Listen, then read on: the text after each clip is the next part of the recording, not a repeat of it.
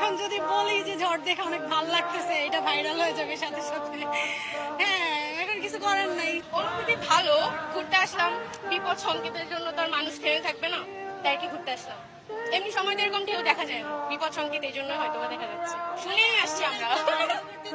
এটা একটা ট্র্যাডিশনালে পরিণত হয়েছে যে আসলে ঝড় দেখবো, সাগর পাড়ে গিয়ে ঝড় উপভোগ করবো, বড় বড় ঢেউ দেখবো। আসলে আমরা এখানে এনজয় করতে আসছি, ঠিক আছে। আমরা আইসা দেখি বন্যার তারিখ পড়ছে, আমরা তো এনজয় করতে আসছি, পোলাপান তো ইয়ং বয়স। আমার ঘর তোর কিছু নাই বাজার, আমি কদিন ভিখারি হয়ে গেছি। আমার সাদা কাপড় ঘর তোর কিচ্ছু নাই, আমার কিছু নাই, আমার কিছু নাই। আমার এতিম বাচ্চারা সাগর রাজি হয়ে গেছে। মা, আমার এতিমেরা শেষ।